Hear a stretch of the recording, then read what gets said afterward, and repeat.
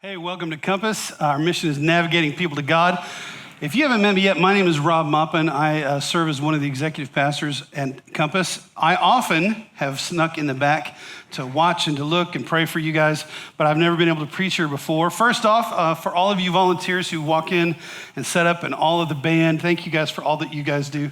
It's an incredible honor to watch God using his people. That's a fun thing. And to watch NRH grow from conception in a staff meeting to what God's doing now through your campus, that's amazing. I'm glad to be here to help Pastor Luke while he's gone for a minute. I have been married to my wife, Shannon, for 27 years, which is a lot of fun. We have two kids. Garrett, he's going to be a senior, oh my goodness, at LeTourneau University. He is going to be a missionary pilot. That's the plan. He just married little Rachel right in the middle, and they go to this campus when they're in town. So I want to tell you guys thank you for that. My daughter Kate is, she's the one to my right. She's a sophomore at Dallas Christian College, and she's doing incredibly well. And I'm just grateful for Compass and what God's doing here. Now, part of my work as an executive pastor is all of the different ministries that unite all of our campuses is kind of one of the things that I'm in charge of. Our leadership development, the Rooted and the next step, Rooted, it's called Life and Rhythm. And we're also starting something called Compass Academy. If you haven't heard about this yet, this is a new game changer. If you have felt in your heart that God has some leadership for you here at Compass, and you haven't figured out what to do yet, we're starting this in September 2nd. You can already sign up to get involved. This is a leadership engine to help people find their sense of calling. And one of the things we're looking for is we're looking for people, listen to me, this matters. If you feel that calling and you're hungry to lead and you say to yourself, God has that for me, what do I do? This is your pathway. Now, it's on the website. I'm not going to tell you how to find it because a leader would figure it out. Right? Now, it's really, right? Go figure it out. If you want to lead at Compass, sign up at Compass Academy. Now, we're launching a new series called I Love the 90s, and you know the 90s stuff is coming back, right? I mean, and that's okay, I guess.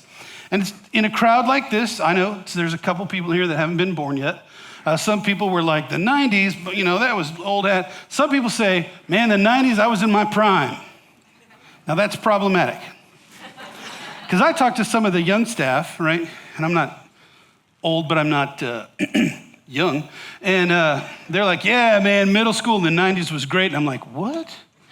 On the other hand, I have my dad who said, you know what? People today don't know how to retire, right? I retired in the 90s. I did it right. And you're like, okay, that's your prime, fine. But the truth is, whether we think it was good or bad, it's kind of all coming back. Me personally, I started the 90s by falling in love with a tall girl from Texas. There might be a photo here. Yeah. Married in 1992. Ladies, you're welcome. That's a great picture of me. I'm just kidding. When we look back, actually, I look at that picture and I'm like, I'm sorry, world. But the 90s was kind of a really unique time that, you know, there was, when people think about it, there was all kinds of things that are very specifically 90s, like fashion. Here's a photo of some fashion. Yay, that's coming back. Great. The music people talk about, there was boy bands, girl bands, double meh. People like Britney. It was kind of hard to find a picture of Britney that was appropriate for church. There was movies like the romantic comedies, like You've Got Mail and the lots of romantic comedies that were there. And then there were like good movies, like The Matrix, yeah, and Terminator 2. Did anybody go see Terminator 2 in the theater, right? And when you're in there and you're like, he's made out of liquid metal. How are we ever gonna win? It's fantastic. Super famous TV shows like Fresh Prince and Seinfeld and Friends and stuff like that. And things that nobody could explain, like slap bracelets that you got when you, why? Why did that happen? It makes no sense to me. It was portable CD players. In sports, it was the Chicago Bulls dynasty. It was when the Cowboys were good. Just playing, I love. Grunge music, Y2K. There was all kinds of technological advances, like things like the B-2 bomber, right? We figured out how to avoid radar. There were political problems like Kosovo and Rwanda. But for me personally, the real game changer, I wish I was cooler than this, but I'm not. The real game changer was cell phones, right? Hang with me for a minute. I grew up on a ranch, okay, in the middle of nowhere. So when we had to communicate, this is what we used. A base CB radio. We had a huge 60-foot antenna, screwed to the side of our house. And my mom would be like, Clarence, can you hear me? And he'd be in the truck, yeah, lunch is at 12, okay, that kind of thing. So that was, my introduction to communications. And then there was the bag phone that you could carry in your car, right? You didn't have to have the CB radio. And then it turned into the brick phone. Anybody remember these, right? Can you imagine those today? Hello. It turned into flip phones, even so. In 1998, I was helping a missionary. He needed some help, and I was helping him drive four-wheel drive vehicles from Texas all the way through Central America to Panama, where his mission was. The problem was, it was right after Hurricane Mitch, and there was no roads, there was no phone lines, there was no clean water, and he still wanted us to go. And we were like, okay. So I was telling our church that I worked at the time, and a man came up after me, he goes, hey, I want you to take a satellite phone. And I was like, what? And here's what it looked like. True story. And so I was like, what are you kidding? And so what you do is there's a compass and you get your latitude and longitude and you figure out what time of day it is and you use the lid as the dish and you would make a phone call with that thing. And we were so lucky we had it. It saved our lives a couple of times. Honestly, it was very important for our trip back. What really got me in trouble, though, was when I was coming back through Intercontinental Hobby in Houston, the guys at security had never seen one. And so when it went through X-ray and they saw the big battery and a bunch of wires and a keypad, the guy hit the panic button and I was instantly surrounded with guns drawn and they were like, you're going to the bad place. I was like, no, it's a phone. And they were like, sure, it's a phone. I had to end up, true story, like setting it up, very carefully. They were like, wait, watch it, buddy. I was like, yes, sir. And finally, at the very end, I had to get a dial tone and make a phone call for him to believe me. It was just that rare. Now, on a day-to-day basis, though, for me, I had a micro-tack flip phone. It was incredible because I had it in a leather holster. It was like the new Texas 6 gun, right? It was, people would call and you'd be like, whoosh, get in that smoke wagon, what do you need? And it was amazing. But the truth is, outside of the cell phone, for most of the people in the 90s that were living their lives normal day to day, the defining thing was the show Friends. Let's see how many of you know the clap, right? I'm ready, you ready? Yeah, right? It became so entrenched in people's understanding of culture, it spawned all kinds of things like the Rachel haircut, right? I remember my wife getting one and being like, what's going on? She goes, I got the Rachel. I'm like, the what? I didn't understand. Things like, he's her lobster. What? The one I liked was, Joey doesn't share food. I like that one. That one makes sense to me. Now, of course, with Netflix and syndication, it's back and people are watching it more than ever. Here's what was most interesting to me about that show. As people would watch it, it was all about the issue of what do you do when you transform from being under your parents' authority and protection and provision to being on your own and needing a community, right? And here's what's interesting. That is something every culture and every society deals with. There was a season in my life where I taught at a Christian university and I taught sociology and anthropology and history and stuff like that. And sociologically, every culture in the world has to find some way for people to go from adolescent to adult. It doesn't matter how they do it, but they still have to make sure that that functions. What it means is that its core, it's a non-negotiable for every culture. The transition of growing up and taking responsibility for yourself. Here's another way to think about it. Have you heard the talk recently about how people kind of argue about the goods and the bads of the millennial generation and Gen Z and stuff like that? This is a yes, this is a no. You with me, right? You've seen that stuff? The problem about dealing with generational stuff is also a core issue. A pastor wrote this statement. The world is passing through troubled times. The young people today think nothing of themselves. They have no reverence for parents or old age. They're impatient of all restraint. They talk as if they know everything, and what passes for wisdom with us is foolishness to them.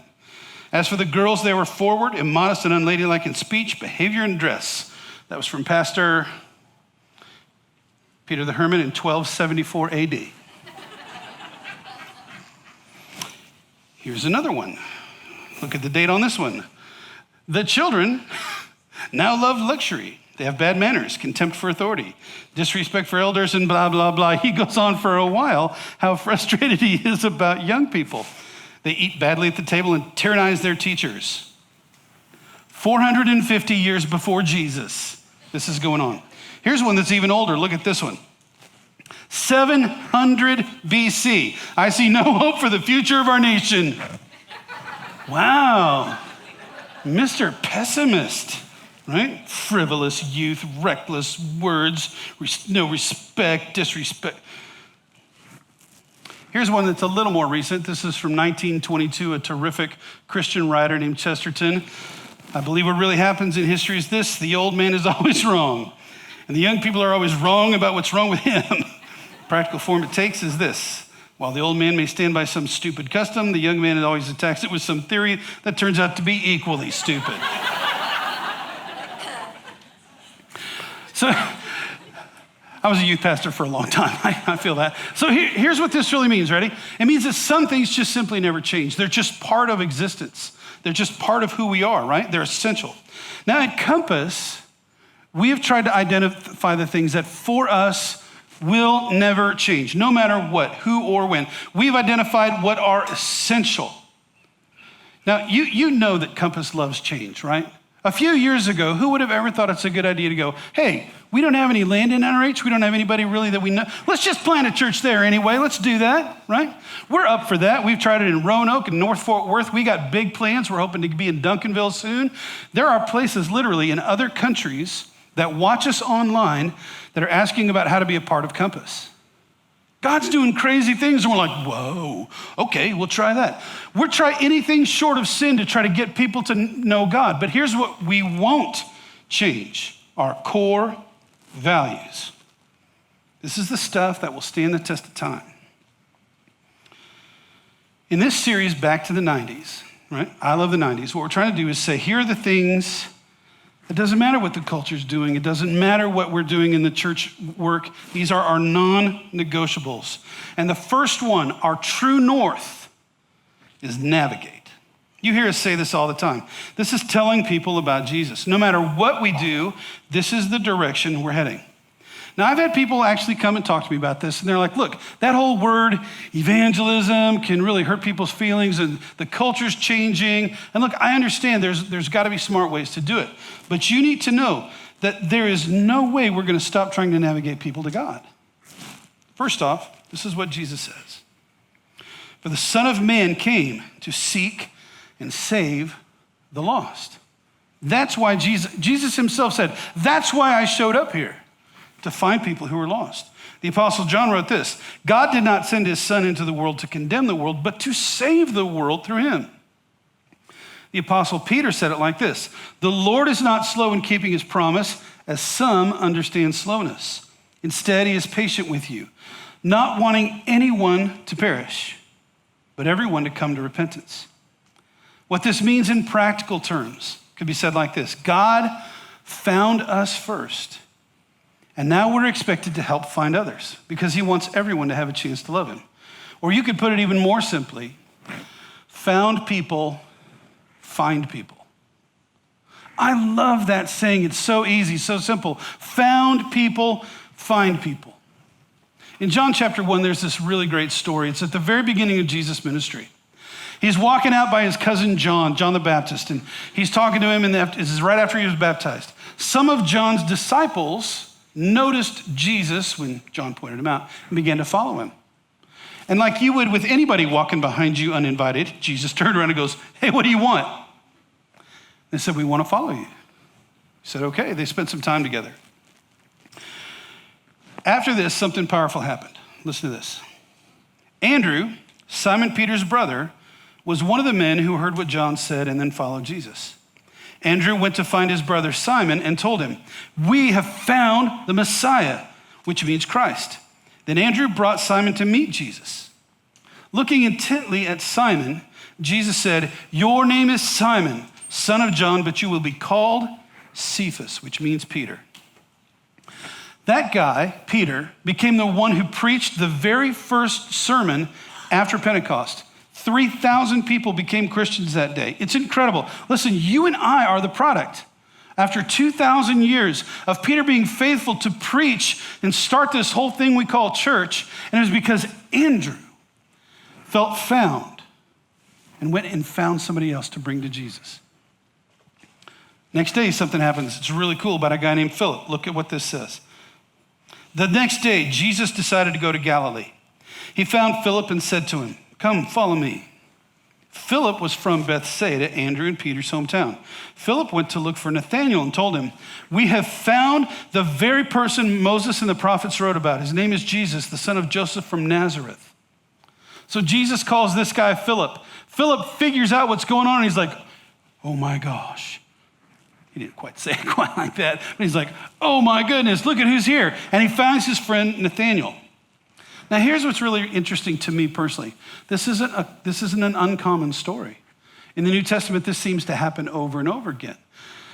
There's a story the Bible often calls the woman at the well. It's where Jesus has this conversation with the lady, talks about something important. And when she realizes who she's talking to, she runs into town and tells everybody who he is and what he's doing and says, "You got to come meet this guy."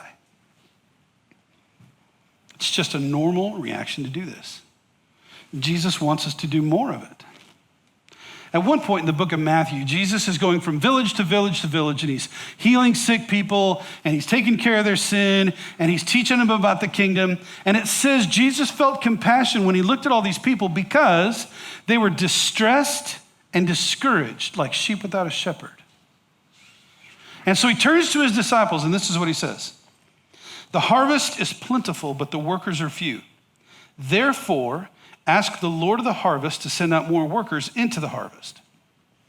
And later, as Jesus is fixing to leave earth, that's such a great Texas phrase, I love it.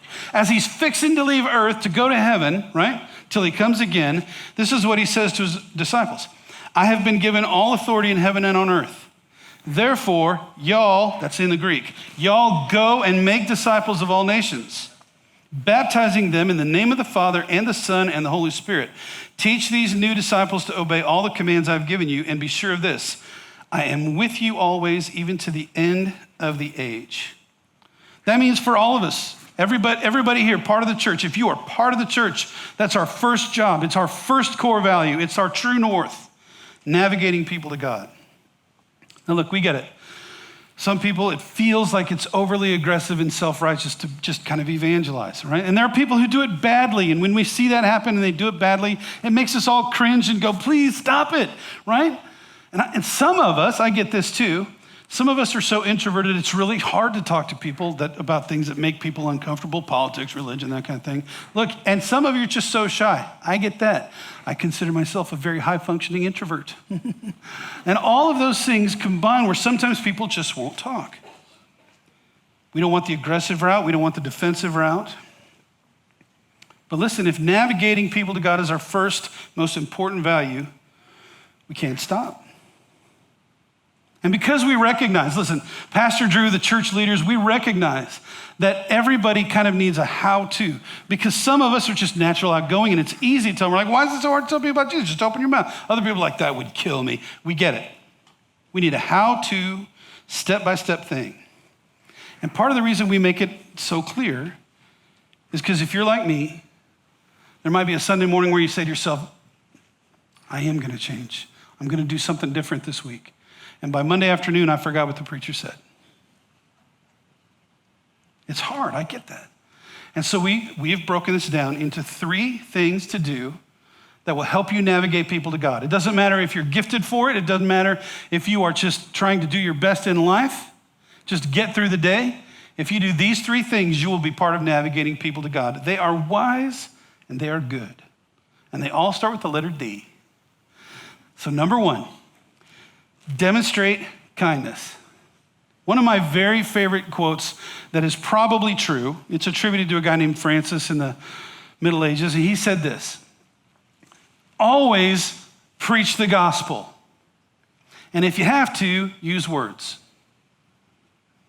Like, demonstrating kindness is a sermon in today's world. Have you watched the news? Do you see the hate? Do you see the fury and how easily people are offended? And if you demonstrate kindness, all you have to do is demonstrate kindness, and people go, oh, that's different.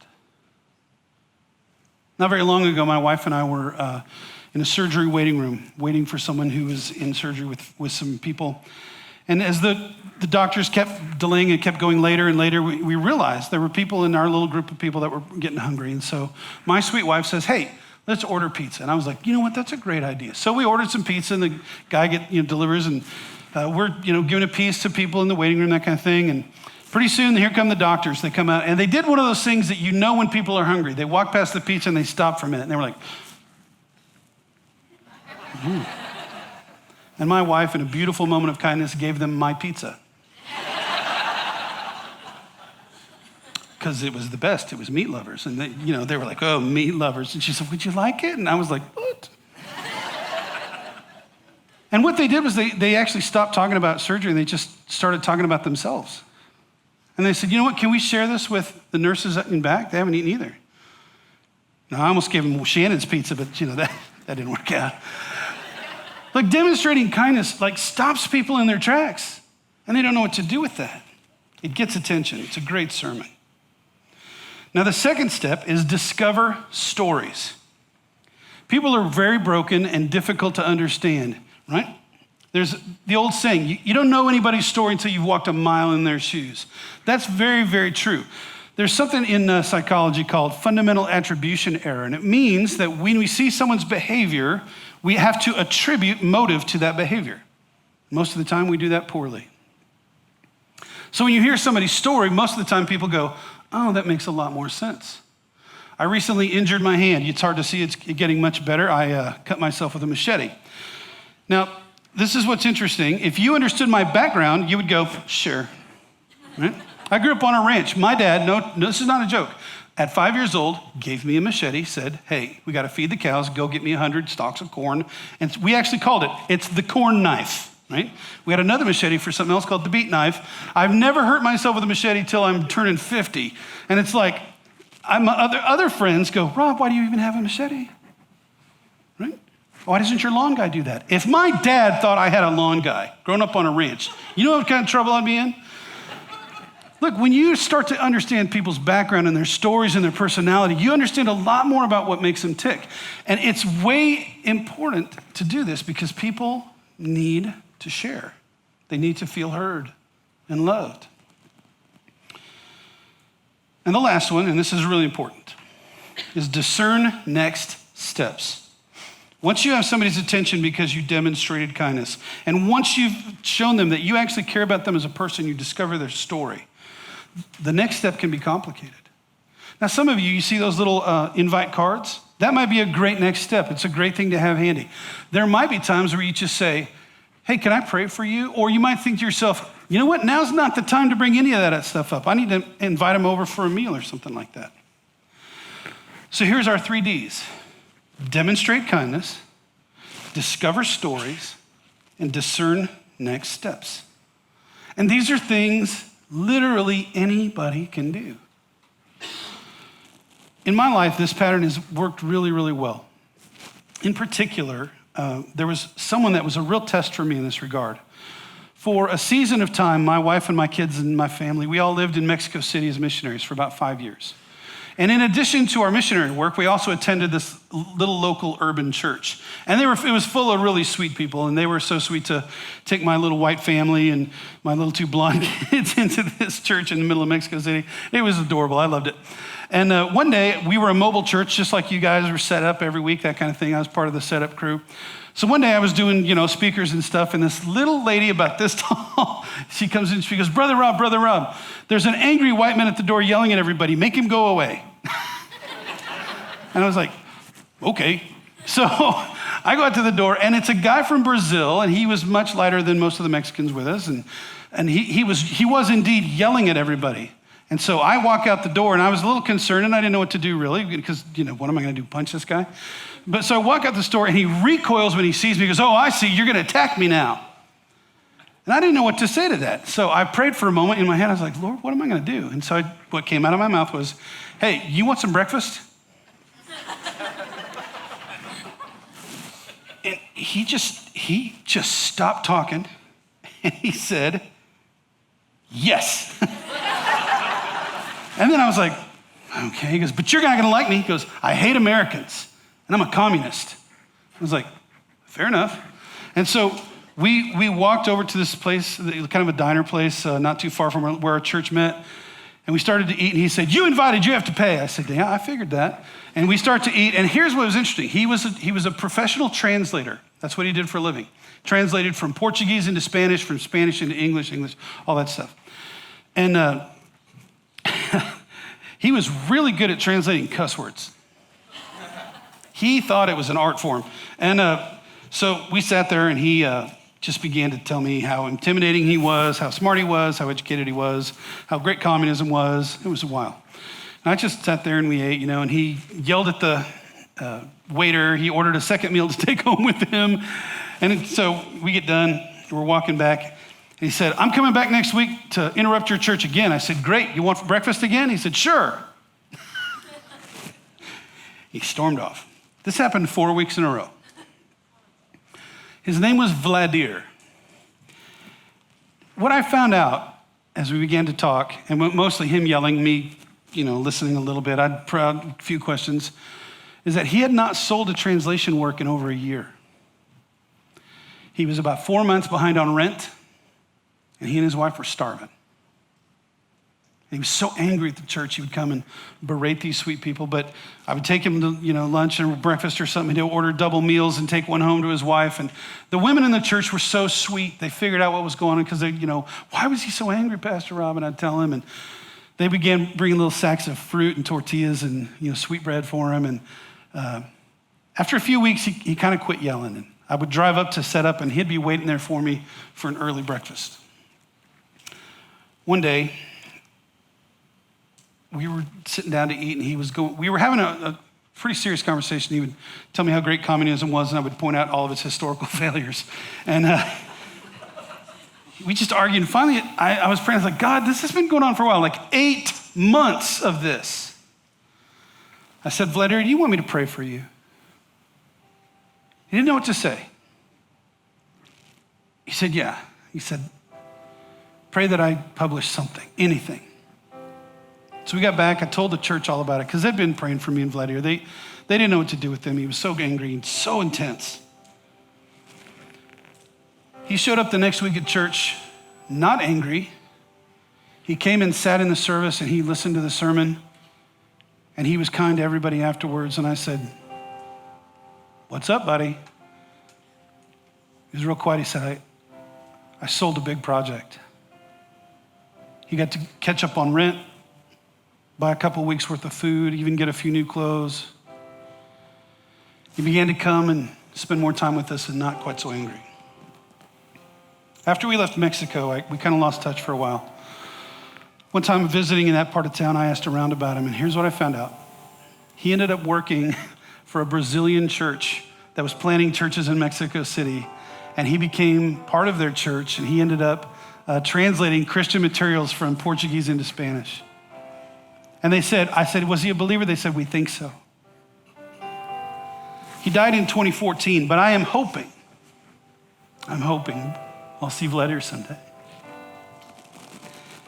Look, these things work because you don't have to stand on a stage and preach a sermon. You just have to demonstrate kindness, and it's a better sermon. You have to discover stories and hear their sermon. You have to discern next steps.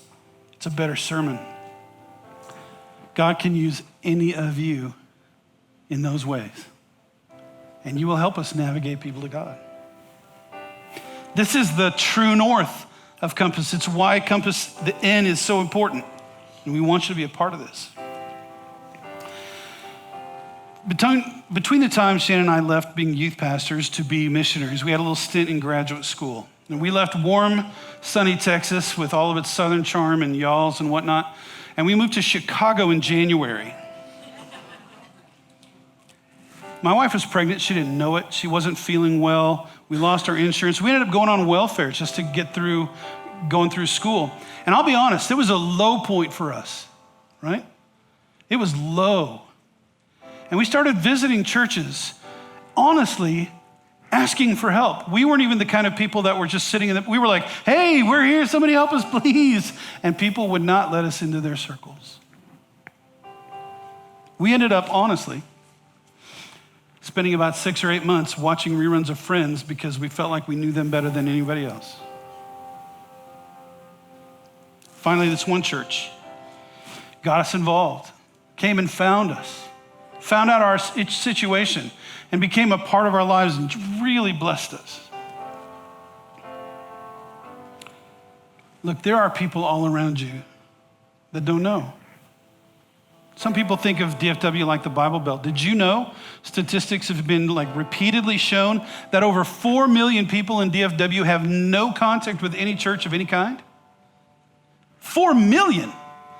That's just in our vicinity. 4 million people on their way to a Christless eternity. And we have this pathway. Demonstrate kindness, discover stories, and discern next steps. Look, I'm still amazed by the power of a cell phone. At the very least, text somebody today and discover kindness. Just demonstrate that and show them. This is why Compass cares so much. We're not trying to manipulate you. We just want you to have next steps because this is what God cares about. Join us as we navigate people. Let's pray. Jesus, we're grateful that we get to be a part of this. And Jesus, we're grateful that you found us. I know for me, there's no way that I could have done this without you. So Lord, as we work together to navigate people to you, we pray that you would watch over us in this process and help us, Lord. Amen.